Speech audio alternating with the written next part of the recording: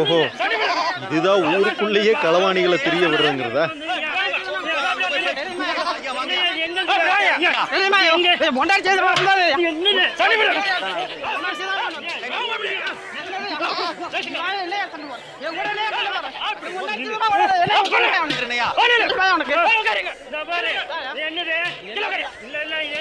இங்க போடுங்க கொடுங்க. கந்தன் கந்தன்